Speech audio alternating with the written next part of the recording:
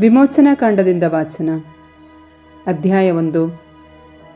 ಯಾಕೋಬನೊಡನೆ ಹಾಗೂ ತಮ್ಮ ತಮ್ಮ ಕುಟುಂಬಗಳೊಡನೆ ಈಜಿಪ್ಟ್ ದೇಶಕ್ಕೆ ಬಂದ ಇಸ್ರಾಯೇಲ್ನ ಮಕ್ಕಳ ಹೆಸರುಗಳು ಇವು: ರೂಬೇನ್, ಸಿಮೆಯೋನ್, ಲೇವಿ, ಯೆಹೂದ, ಇಸ್ಸಾಕಾರ್, ಜೆಬುಲೂನ್, ಬೆನ್ಯಾಮೀನ್, ದಾನ್, ನಫ್ತಾಲಿ, ಗಾದ್ ಮತ್ತು ಆಶೇರ್.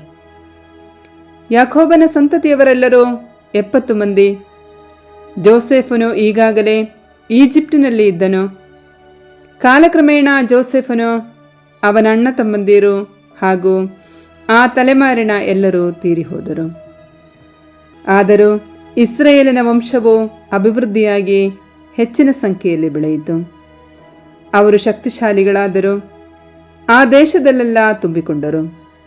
ಅನಂತರ ಹೊಸ ರಾಜನೊಬ್ಬನು ಈಜಿಪ್ಟ್ ದೇಶದ ಆಳ್ವಿಕೆಗೆ ಬಂದನು.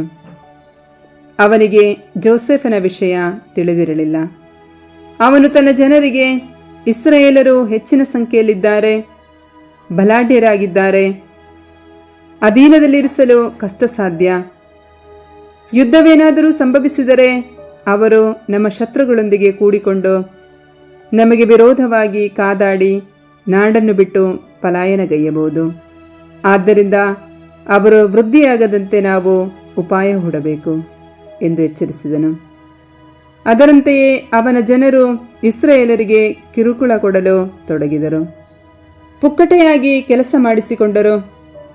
ಬಿಟ್ಟಿ ಕೆಲಸ ಮಾಡಿಸುವ ಅಧಿಕಾರಿಗಳನ್ನು ನೇಮಿಸಿ ಫರೋಹನಿಗೆ ಪಿತೋಮ್ ಮತ್ತು ರಾಮ್ಸೇಸ್ ಎಂಬ ಉಗ್ರಾಣ ಪಟ್ಟಣಗಳನ್ನು ಕಟ್ಟಿಸಿದರು. ಈಜಿಪ್ಟರು ಅವರಿಗೆ ಎಷ್ಟು ಕಿರುಕುಳ ಕೊಡುತ್ತಿದ್ದರೋ ಅಷ್ಟು ಹೆಚ್ಚಿ ಹರಡಿಕೊಳ್ಳುತ್ತಿದ್ದರು. ಆದ್ದರಿಂದ ಇಸ್ರಾಯೇಲರ ಬಗ್ಗೆ ಈಜಿಪ್ಟರು ಸಹಿಸಲಾರದಷ್ಟು ಹೆದರಿಕೆ ಉಳ್ಳವರಾದರು. ಇಸ್ರಾಯೇಲರಿಂದ ಕ್ರೂರತನದಿಂದ ಸೇವೆ ಮಾಡಿಸಿಕೊಂಡರು. ಮಣ್ಣು ಅಗೆಯುವ ಕೆಲಸದಲ್ಲೂ, ಇಟ್ಟಿಗೆ ಸುಡುವ ಕೆಲಸದಲ್ಲೂ, ವ್ಯವಸಾಯದ ಮತ್ತಿತರ ಕೆಲಸ ಕಾರ್ಯಗಳಲ್ಲೂ ಕಠಿಣವಾಗಿ ಅವರಿಂದ ದುಡಿಸಿಕೊಂಡರು. ಅವರು ಮಾಡಿಸಿಕೊಳ್ಳುತ್ತಿದ್ದ ಪ್ರತಿಯೊಂದು ಕೆಲಸವೂ ಜೀವನವೇ ಬೇಡವೆನ್ನುವಷ್ಟು ಕಠೋರವಾಗಿ ಇರುತ್ತಿತ್ತು. ಇದು ಸಾಲದೆಂದು ಈಜಿಪ್ಟಿನ ಅರಸನು ಶಿಪ್ರಾ ಮತ್ತು ಪೂಗಾ ಎಂಬ ಹಿಬ್ರಿಯ ಸೂಲಗಿತ್ತಿಯರಿಗೆ, ನೀವು ಹಿಬ್ರಿಯ ಮಹಿಳೆಯರಿಗೆ ಹೆರಿಗೆ ಮಾಡಿಸುವಾಗ ಅವರು ಹೆರುವ ಮಗು ಗಂಡಾಗಿದ್ದರೆ ಕೊಲ್ಲಬೇಕು, ಹೆಣ್ಣಾಗಿದ್ದರೆ ಉಳಿಸಬೇಕು ಎಂದು ಹೇಳಿದ್ದನು. ಆದರೆ ಆ ಸೂಲಗಿತ್ತಿಯರು ದೈವಭಕ್ತರು. ಈಜಿಪ್ಟಿನ ಅರಸ ಹೇಳಿದಂತೆ ಮಾಡದೆ ಗಂಡು ಮಕ್ಕಳನ್ನು ಉಳಿಸಿದರು. ಆಗ ಅರಸನು ಅವರನ್ನು ಕರೆಯಿಸಿ, ನೀವು ಗಂಡು ಮಕ್ಕಳನ್ನು ಉಳಿಸಿದ್ದು ಏಕೆ ಎಂದು ವಿಚಾರಿಸಿದನು.